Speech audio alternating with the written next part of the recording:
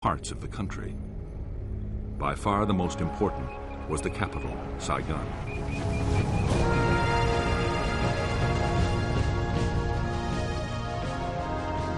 Saigon was a teeming city of 2 million people. It was the seat of the South Vietnamese government and the location of South Vietnamese and American military headquarters. Above all, Saigon was the symbol of the South's independence from the Communist North.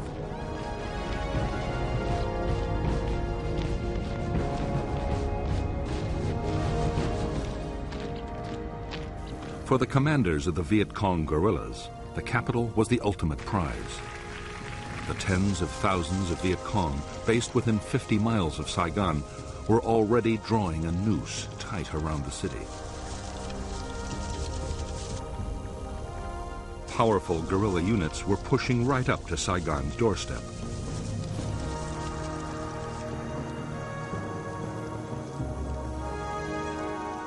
In the countryside around the city, traditional Viet Cong base areas had all the facilities the combat forces needed to prepare their attacks. Since American infantry units had first arrived, they had been trying to disrupt the guerrillas' activities around the capital. On January 8, 1966, they launched the most ambitious sweep yet. Operation Crimp deployed 8,000 troops, making it the biggest American operation of the war so far. Its aim was to capture the Viet Cong's headquarters for the whole Saigon area.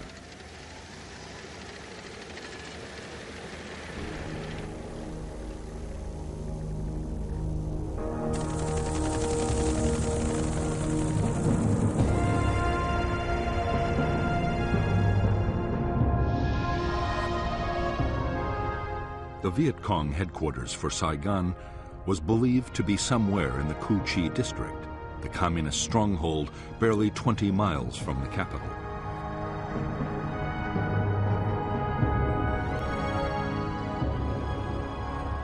The attack would be launched by the American 173rd Airborne Brigade, a battalion of the Royal Australian Regiment, and a brigade of the 1st Infantry Division.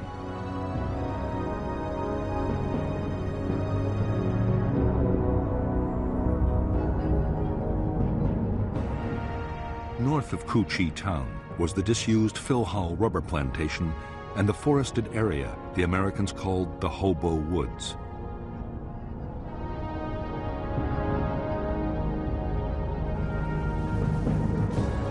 Beneath the whole district ran the massive Cu Chi tunnel complex, about which the Americans still knew almost nothing.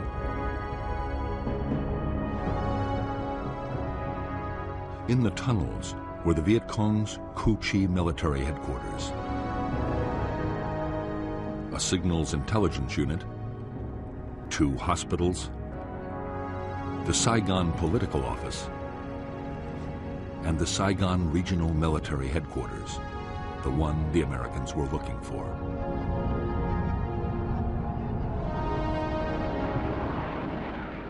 As with every American search and destroy sweep, Operation Crimp began with massive airstrikes and artillery bombardments.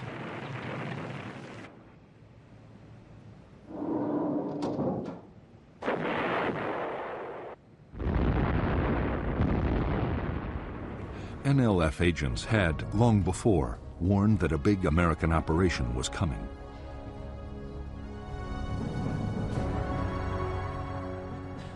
Guerrilla commanders had already moved several thousand troops out of the Cu Chi area. Only 1,000 local guerrillas were left behind, mostly inexperienced teenagers. But with the tunnels to fight from, they were confident they could inflict serious casualties on the Americans.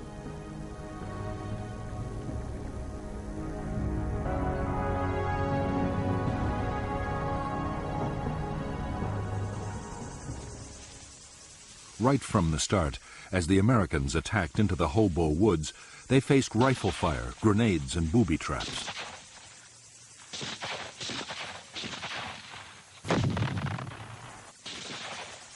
NLF snipers opened up from hidden firing positions and within seconds vanished back into their tunnels.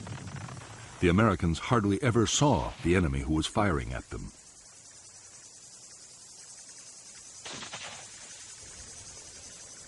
As the days went on, the Americans grew ever more frustrated and demoralized. Dozens of men were killed or injured. Every path seemed to lead to a trap. Only slowly did units begin to discover trenches and bunkers.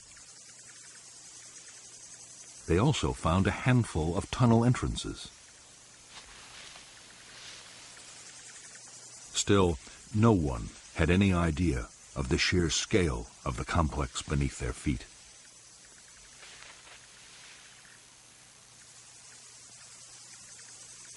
Although the Cu Chi guerrillas had suffered casualties, they had achieved their main objective. The tunnel complex and headquarters had survived virtually intact, as had the whole Viet Cong organization in the area.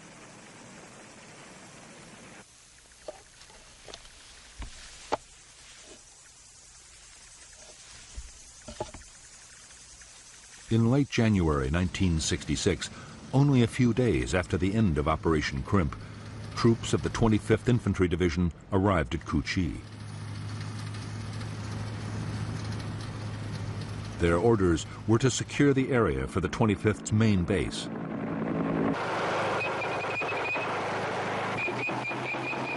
The Americans succeeded in pushing out a perimeter using every ounce of firepower they could muster.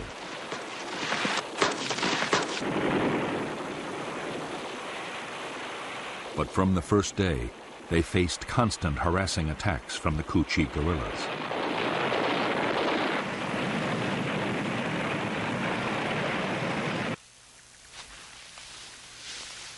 For months, the 25th Infantry Division was plagued by mysterious gun and grenade incidents inside its camp.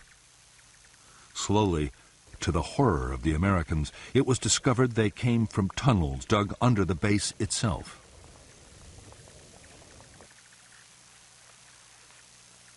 They were eventually found and sealed. But the main tunnel complex, only a few miles away, would keep its secrets for years to come.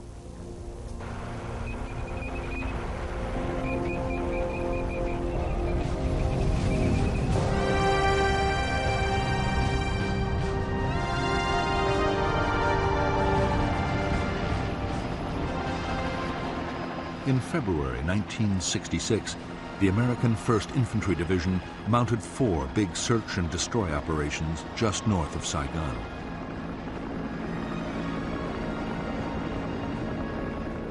The result was disappointing. There were clashes with units from 2 Viet Cong regiments, but there were no major battles.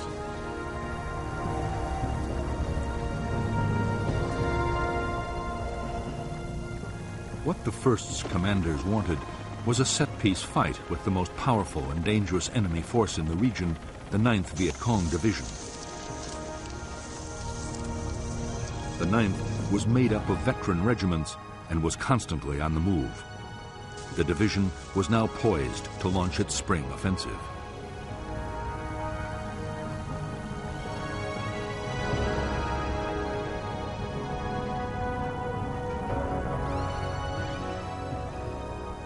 The communist leadership had ordered the Viet Cong to avoid head-on clashes with the Americans unless the odds were very favorable. But NLF leaders still meant to fight aggressively.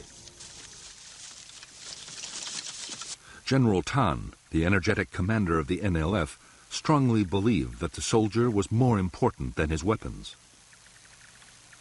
Tan was certain that what the troops of the 9th lacked in hardware, they would make up for in revolutionary zeal.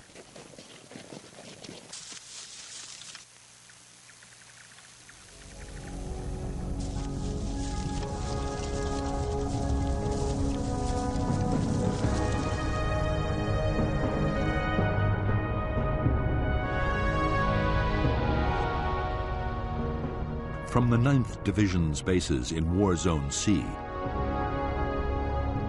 2 regiments headed into the Viet Cong strongholds of the Iron Triangle and War Zone D.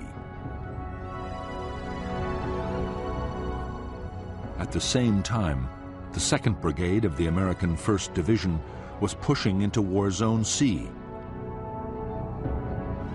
and the 3rd Brigade was moving into the Iron Triangle. The first clash came on March 5, 1966, when the whole 272nd Regiment attacked a battalion of the 3rd Brigade at Low Key. Intense U.S. air and artillery strikes drove off the attackers. 2 days later, the American 1st Brigade, with a battalion of the 173rd Airborne, swept into War Zone D.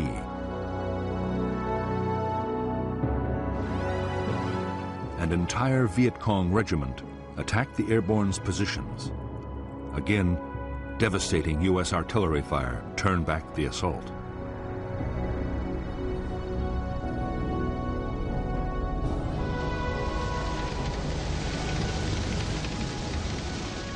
In the March battles in the Iron Triangle and War Zone D, skillfully directed American firepower had averted disaster.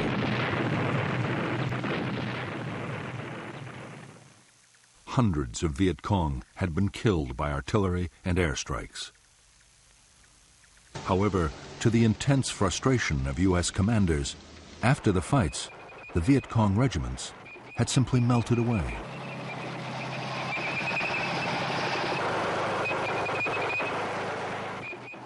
During the weeks that followed, the Americans kept up the tempo of search and destroy operations in front of Saigon.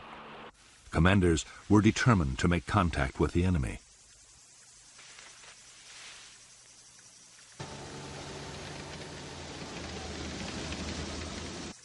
In late April, they launched a major operation into War Zone C to try and find the Viet Cong 9th Division.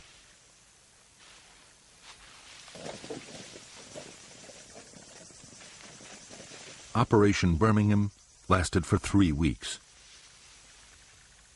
More than 5,000 American troops of the 1st Infantry Division took part. They were backed by huge numbers of helicopters and armored vehicles.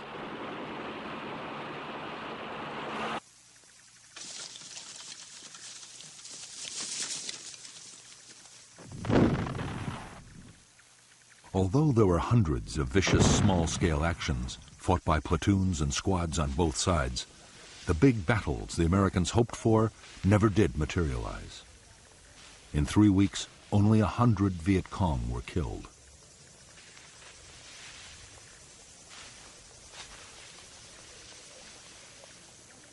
Most disturbing of all for American commanders, most of the fighting that had happened had been started by the Viet Cong at the time and place they chose.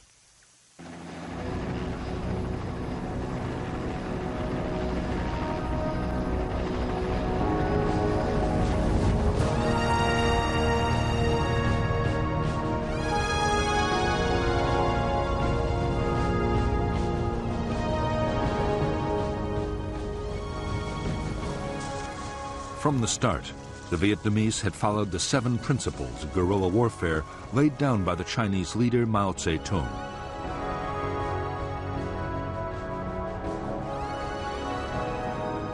To these, General Giap had added 4 more steps.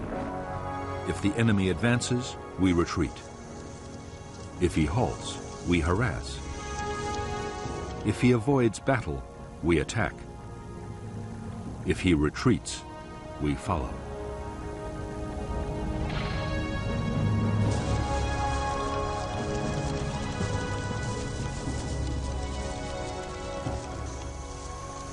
Almost every search and destroy operation the Americans had launched had been met with Giap's tactics. The places the Americans were most likely to land their helicopters were set up for ambushes.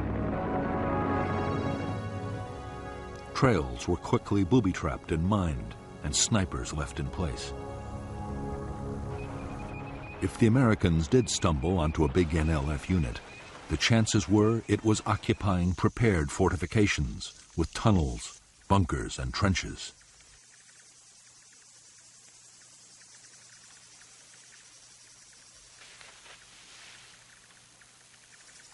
It was when the Americans set up a defensive perimeter for the night or created artillery fire bases, as they did during every operation, that the Viet Cong would attack in strength.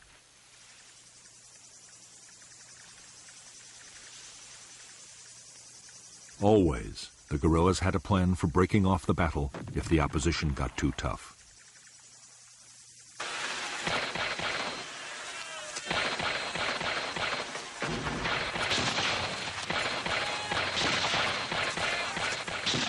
At first, American tactics had been totally unsuited to dealing with a skilled guerrilla enemy. With hard-won experience, that was changing. Commanders learned that helicopter landings had to be fast and aggressive.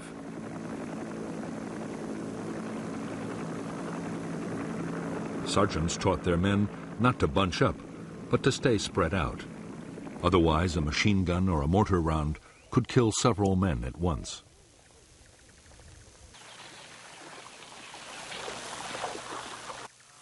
When camp was made, perimeter defenses had to be strong, with clear fields of fire all around. Above all, American soldiers learned they had to be vigilant at all times.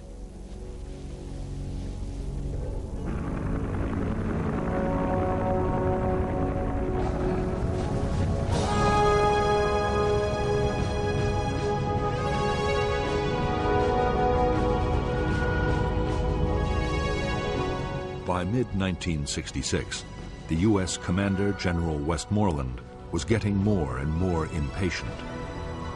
His whole strategy depended on causing the enemy to lose men and equipment faster than they could be replaced. For that, Westmoreland needed big battles.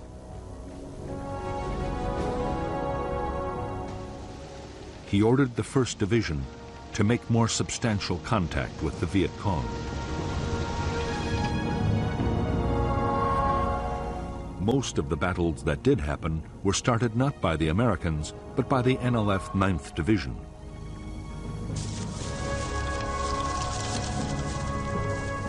Route 13, linking Saigon to the Cambodian border, was the site for major ambushes. In some, the guerrillas struck with 1,000 troops at a time.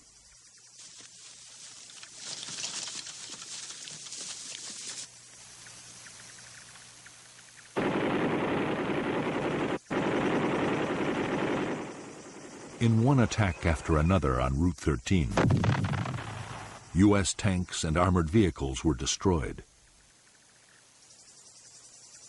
On June 30th, 1966, a major battle nearly ended in complete disaster for the Americans. It was fiercely effective air and artillery support that saved the day.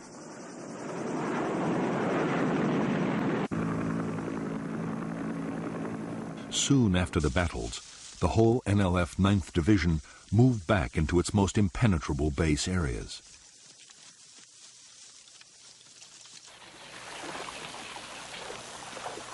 Some crossed over into Cambodia. There, General Tan meant to rebuild the division for a new campaign in November, the start of the next dry season.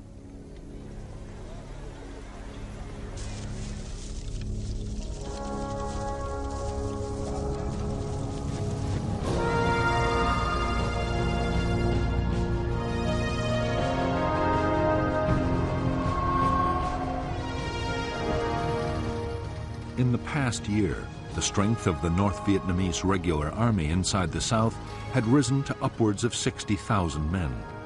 Of these, 10,000 were concentrated in the remote Central Highlands.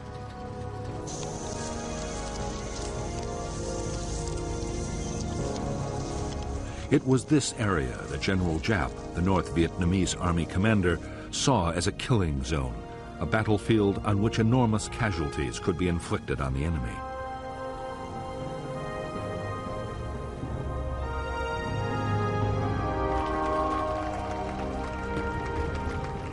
Giap believed that the forests and mountains of the Central Highlands were especially well suited to big military operations.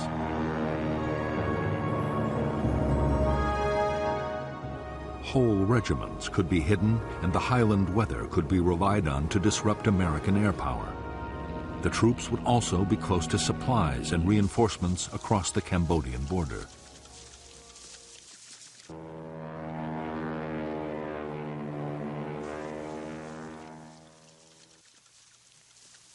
As fighting units, the NVA were tough, well-disciplined, and well-trained. For months, they had been constantly on the offensive. Their main target was the South Vietnamese Army, but isolated American Special Forces camps were also hit.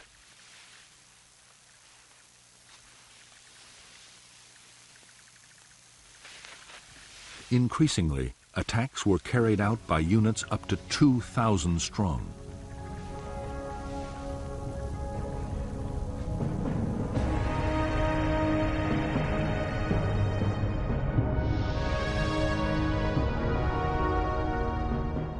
The North Vietnamese Army units in the central highlands of Vietnam were part of a strategy meant to keep the Americans off balance.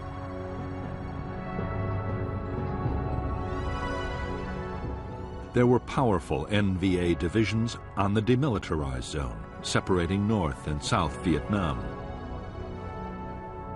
And there were the NLF regiments opposite Saigon. Communist forces could present the Americans with a challenge in any of the three areas and force them to react.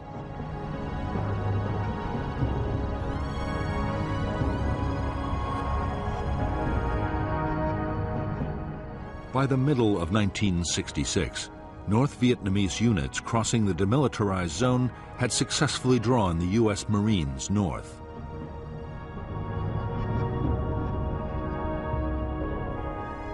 In the highlands, the NVA 24th Regiment had engaged elements of the 101st Airborne Division. The 1st NVA Division had pulled a U.S. infantry brigade and the 1st Air Cavalry towards the Cambodian border.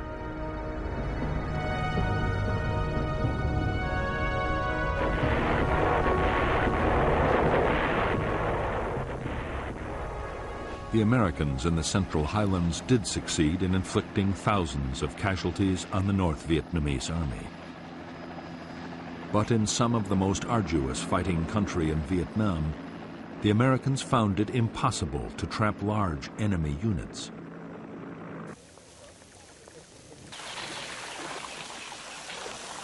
Time after time, they succeeded in slipping through the net.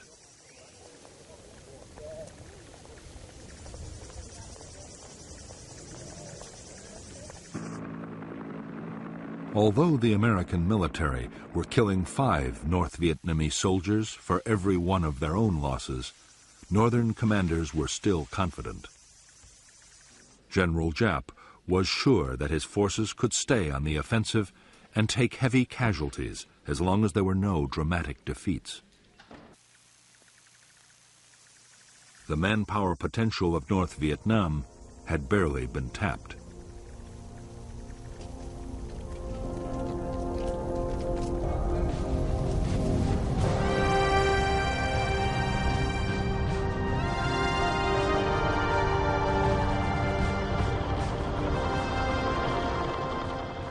From the start of its war in Vietnam, the U.S. Army had found the conflict to be unlike any other.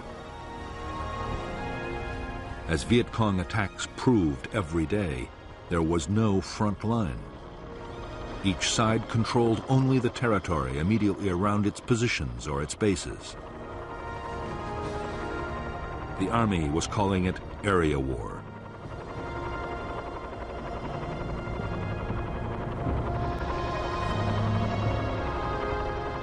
Area war meant that the roads linking U.S. bases to other units and to their supply depots were never completely secure. Viet Cong's strategy was to try and isolate American forces and to pin down large numbers of U.S. troops on base and road defense. That way, there would be fewer men available for offensive operations.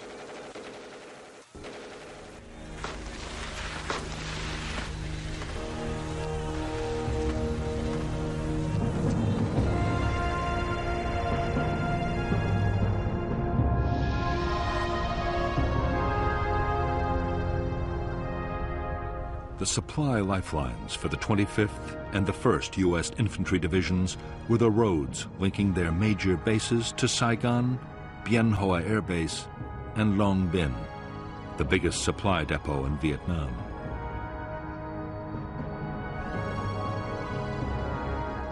The roads were constantly patrolled by armored vehicles and aircraft. In August 1966, the 25th Division was tasked with clearing the way for a new American unit, the 196th Light Infantry Brigade. The 196th was to be based at Ta Ninh to secure Route 22, running through the NLF base area of War Zone C.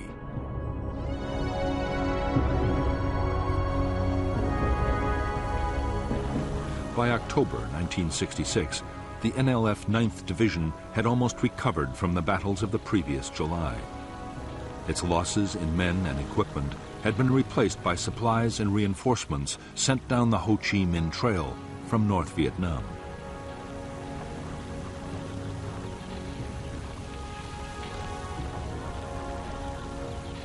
With the dry season coming, the 9th was busy in War Zone C, preparing for its next offensive.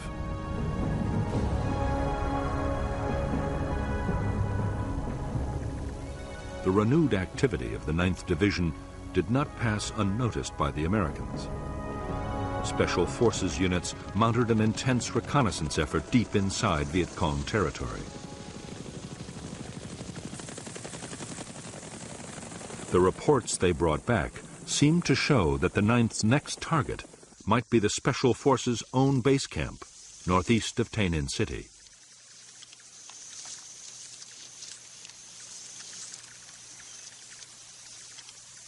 American commanders were determined to disrupt the Viet Cong's plans. The 196th Brigade was ordered to mount aggressive search and destroy sweeps near the Special Forces camp area. The sweeps, starting on September 14, 1966, were codenamed Operation Attleboro.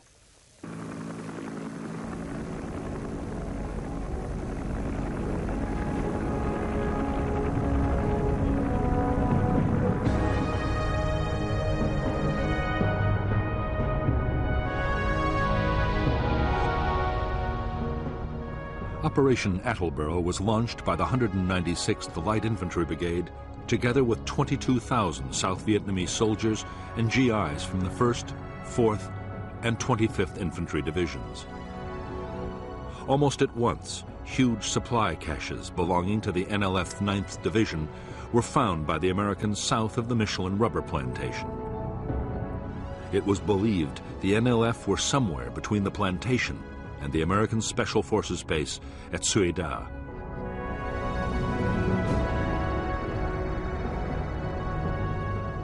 While one battalion made a helicopter landing, the other battalions pushed towards it on foot. When the landing zone was ambushed, both sides sent thousands of reinforcements rushing to the area. By the following day, full-scale battles were raging.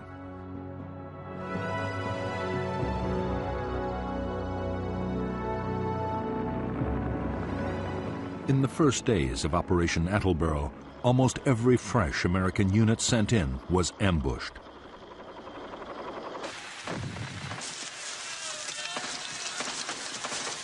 Nor were the Americans safe behind the defensive perimeters of their nighttime camps. NLF units struck with thousands of men at a time and came close to wiping out whole American formations.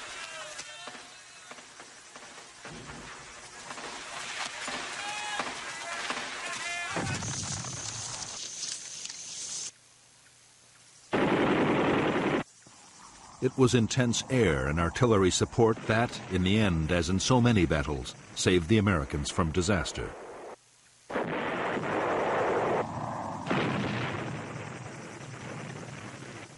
Even then, many of the NLF battalions were attacking out of bunkers, trench lines, and tunnels, and were sometimes able to withstand the most punishing bombardments. The inexperience of the 196th was also telling. Tactical coordination between the brigade's units was poor.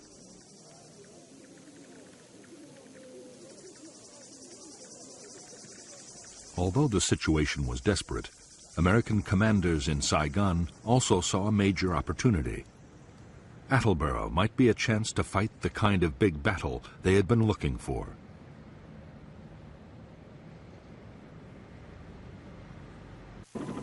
The 1st Infantry Division raced 2 brigades to the area, and unit after unit was piled on.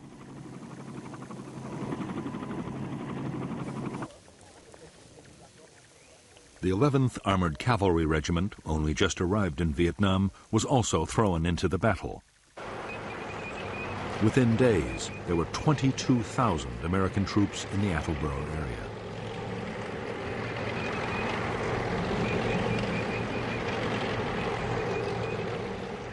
The massive buildup of American forces was the NLF's cue to disengage.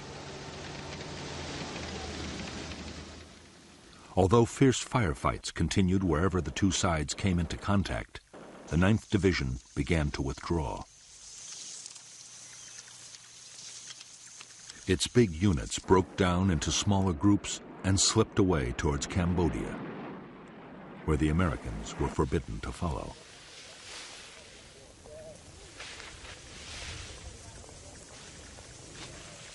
In Operation Attleboro, the Americans had failed to destroy the 9th Division in an all-out battle.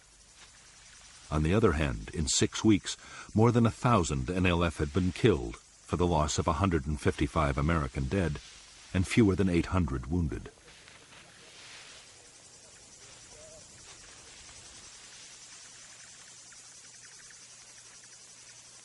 U.S. troops had captured a massive amount of enemy stores and documents, and Viet Cong plans for the coming months had been badly disrupted.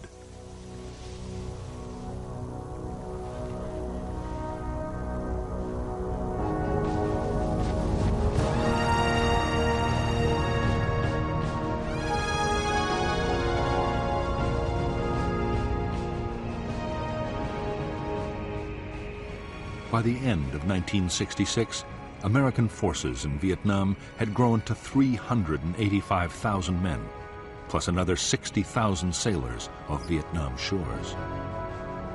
As the force levels had risen, so too had the casualties. The year had seen more than 6,000 Americans killed and 30,000 wounded. The biggest problem for American commanders was that their timetable was slipping badly. By now, the Viet Cong should be losing men faster than they could be replaced. General Westmoreland had to concede that U.S. forces had come nowhere near achieving that goal. An estimated 61,000 Viet Cong had been killed in the past year, yet their troops had gone up to more than 280,000.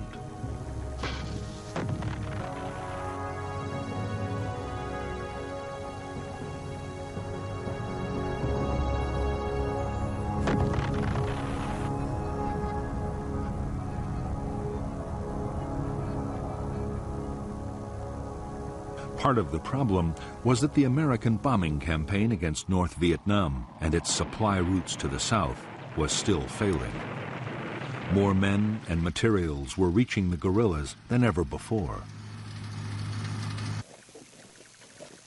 The Viet Cong had also stepped up their recruiting.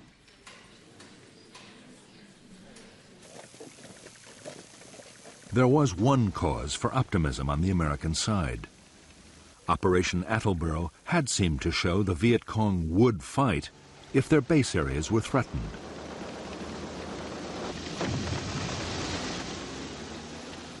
The latest plan was to go back into War Zone C with even greater forces. But first the Americans wanted to solve an immediate problem. The districts just in front of Saigon, the Iron Triangle and Cu Chi, were still major Viet Cong strongholds.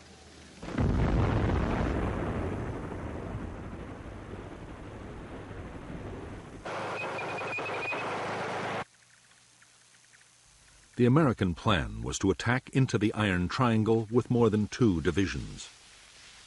The guerrillas would be trapped in their own base areas and annihilated.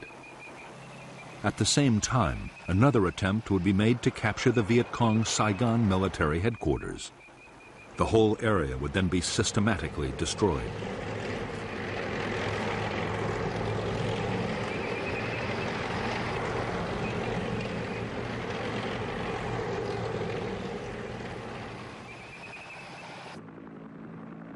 Before the attack, American aircraft dropped 20,000 leaflets telling the population to leave at once.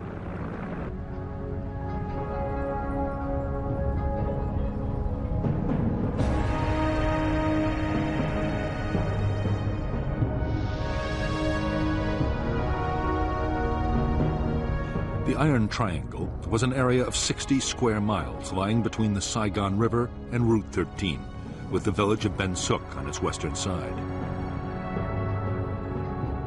A major Viet Cong tunnel complex ran under the whole district. The 272nd Regiment of the NLF was operating there, along with 2 battalions of NLF Main Force, 2 independent NLF battalions, and the Phu Loi Battalion. But on the eve of the American offensive, most troops were withdrawn. Only local NLF companies were left to defend important installations.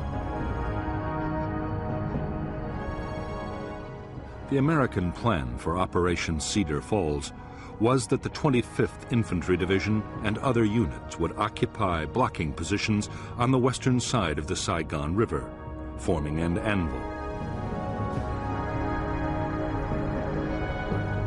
The 1st Division and the 173rd Airborne Brigade would assault from the north and the east, with a battalion landing at the village of Ben Suc.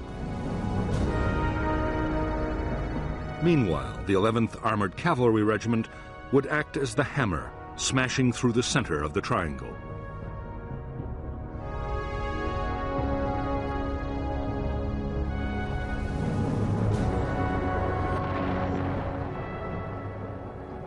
Operation Cedar Falls opened with 4 days of attacks by B-52 bombers. Artillery and airstrikes followed, and a wall of fire was laid down to cut off the NLF's retreat.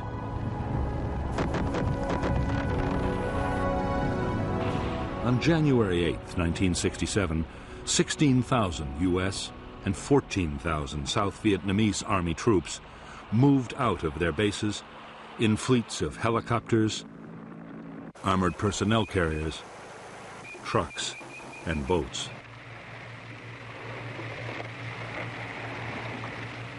In the first hours of Operation Cedar Falls, the village of Ben Suc had been captured with barely a shot fired. The local company of 100 NLF fighters had been taken completely by surprise.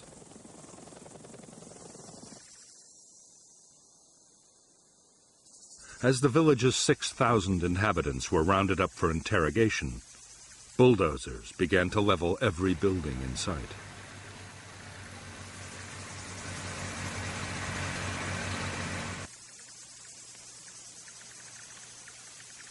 The American operation to smash the Iron Triangle lasted 19 days. With only local Viet Cong left to defend the area, and most of those hidden in tunnels, there was almost no heavy fighting. American losses were 72 killed and 337 wounded, mostly to snipers and booby traps.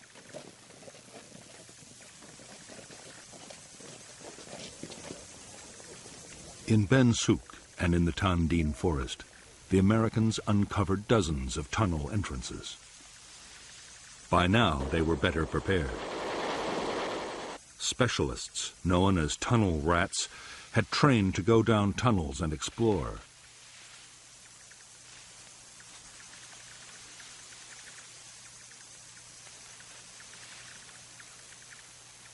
In the cramped spaces underground, they faced gunfire, booby traps, and mines. The problem was, There were only a handful of tunnel rats, and the complexes were enormous. Whenever tunnels were found, the Americans made determined efforts to destroy them. Demolition charges, explosive gas, and flooding were all tried. Riot control agents were pumped in to try and force the Viet Cong to come out.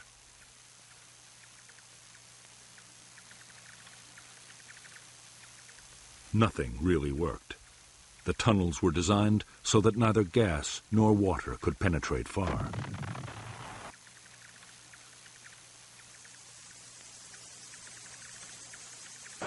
The Americans had discovered only a small number of the Viet Cong installations hidden in the Iron Triangle. But those they did find yielded astonishing quantities of material. There was enough rice to feed 13,000 guerrillas for a year, along with over 7,000 uniforms, a huge underground hospital, and over a ton of medicine. 500,000 documents were discovered, including detailed maps of air bases and the private addresses of Americans in Saigon.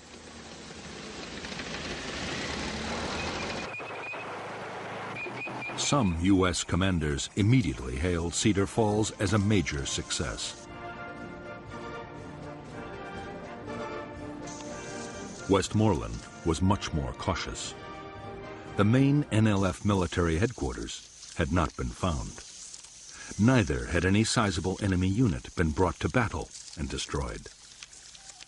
In the end, 720 Viet Cong had been killed for the loss of 72 Americans.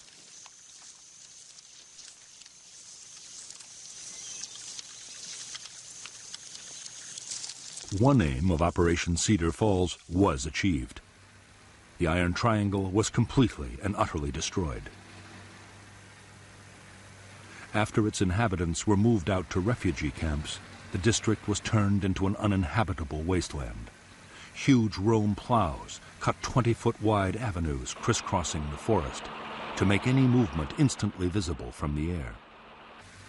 These massive machines could plow the tallest trees into the ground.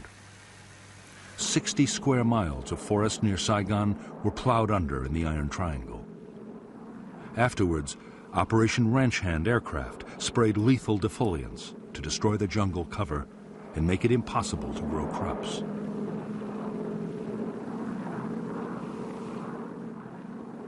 After the Americans had pulled out, almost the whole of the Iron Triangle was designated a free fire zone. Artillery or bombs could be rained down at will, and anyone that moved could be attacked from the air.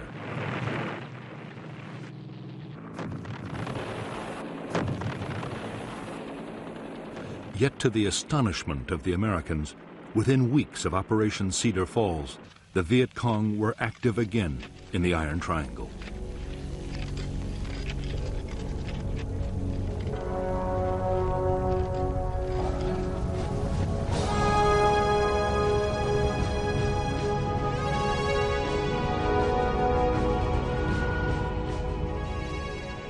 By mid-February 1967, American commanders had again turned their attention to War Zone C and the NLF's 9th Division. The new offensive was codenamed Junction City. Westmoreland had ordered his commanders to think big, and they had planned the most ambitious search and destroy operation of the war so far. 30,000 American troops would take part, together with 5,000 men from the South Vietnamese Army.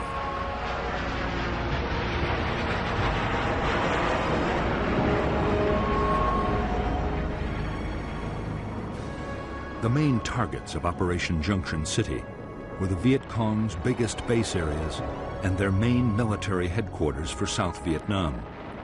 This was known as the Central Office for South Vietnam, or Cos Vin. However, Cos Vin never existed as a place. In reality, the military and political leadership of the Viet Cong were always mobile.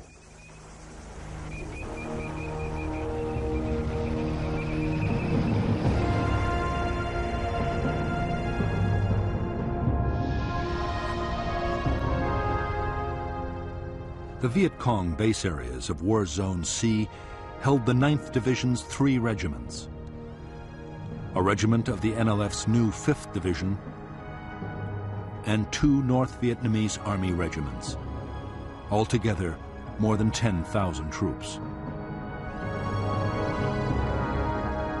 There were also thousands more local Viet Cong scattered throughout the region.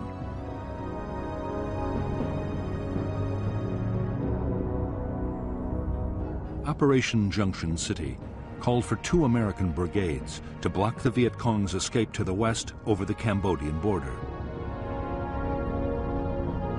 2 more would block to the east. Infantry and airborne forces would close off the north by helicopter and parachute landing, forming a giant horseshoe.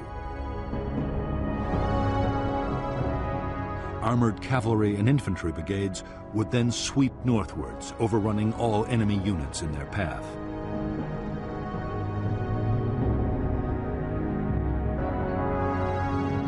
In the second phase of Junction City, a series of special forces camps would be built, along with a bridge over the Saigon River, and operations would shift to the east.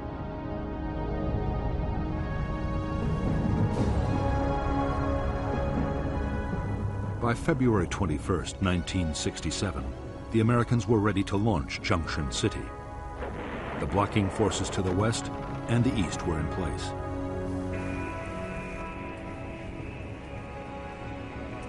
All that remained was to insert the northern force.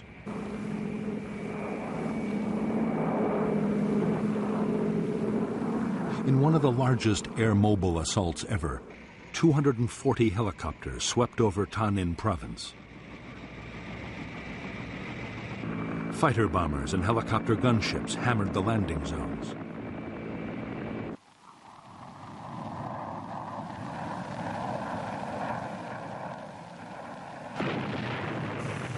Within hours, 2,000 troops were deep inside Viet Cong territory. At the same time, in the first parachute drop of the Vietnam War, nearly 800 men of the 173rd Airborne completed the American Horseshoe.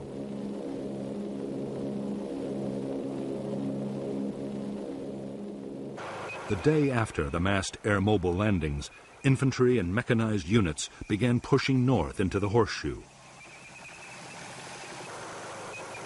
The terrain was dense forest. The whole area was riddled with Viet Cong fortifications, tunnels, and bunkers.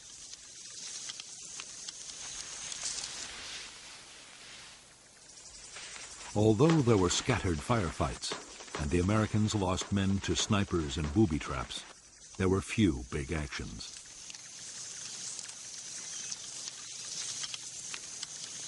Often, guerrilla installations were found abandoned.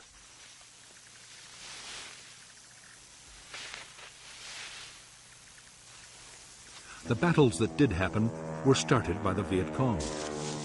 Powerful units twice attacked elements of the 1st Infantry Division at Prek Lok.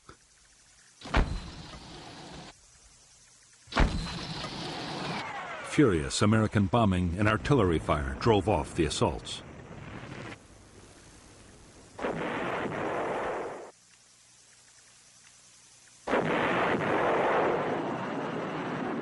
Because the Viet Cong had begun the battles, they were also able to break off the fight whenever they chose.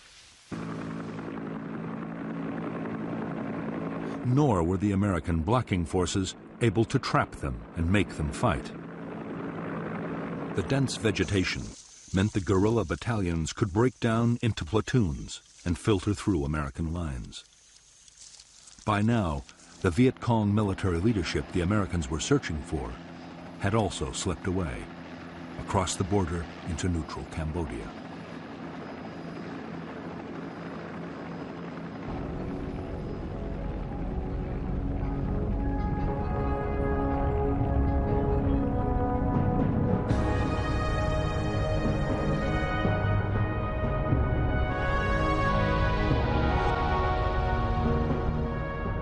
The second phase of Operation Junction City centered around the building of the Saigon River Bridge and the Special Forces camp at An Lac.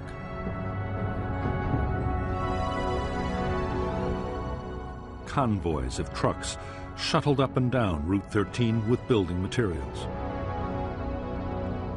For defense, artillery fire bases, including Fire Support Base 20, were scattered along the road.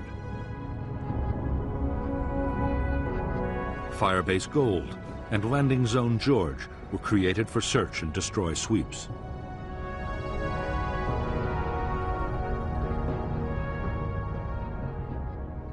Starting on the night of March 18, 1967, each of the 3 regiments of the NLF 9th Division attacked in full strength, 1,000 men at a time.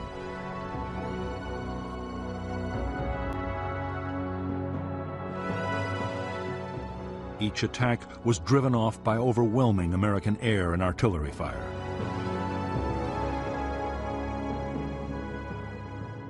Viet Cong losses were heavy, but the regiments escaped complete destruction.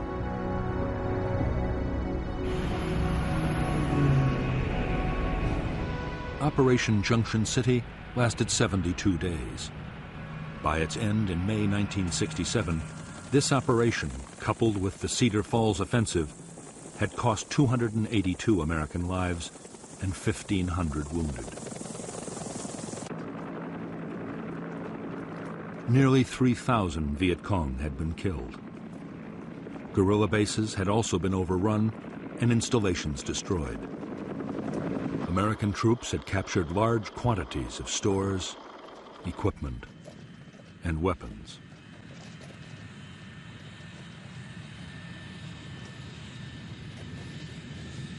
Although some American commanders hailed Junction City as a turning point in the war, the operation was barely over before doubts began to surface. Like Attleboro and Cedar Falls before it, Junction City had inflicted casualties, but there had been no great battles of annihilation. The Viet Cong's regiments were bruised, but still intact. Nor did the Americans or the South Vietnamese Army have the forces to occupy the area indefinitely.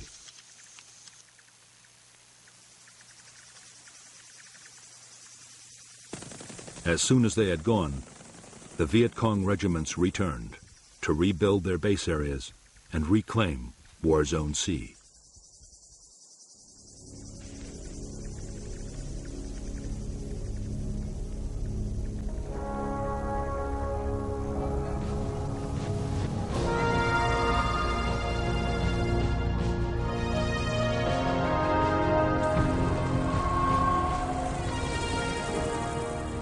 In July 1967, the U.S. Defense Secretary Robert McNamara flew to Saigon to discuss strategy with American and South Vietnamese leaders and officials.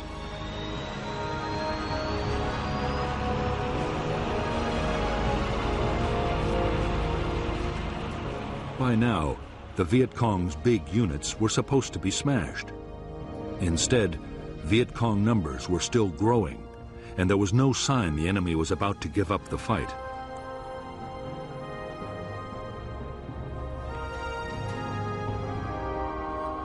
McNamara had already recommended an increase in U.S. troop strength to more than 500,000 men. But now he doubted even that would produce victory soon.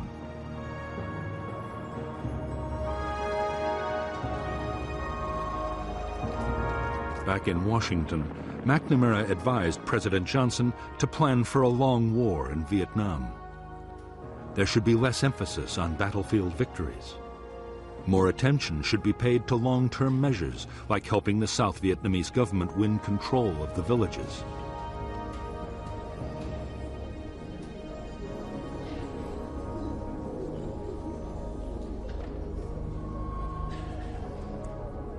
Meanwhile, the cost of the war in casualties and dollars should be kept down in case the American public lost patience.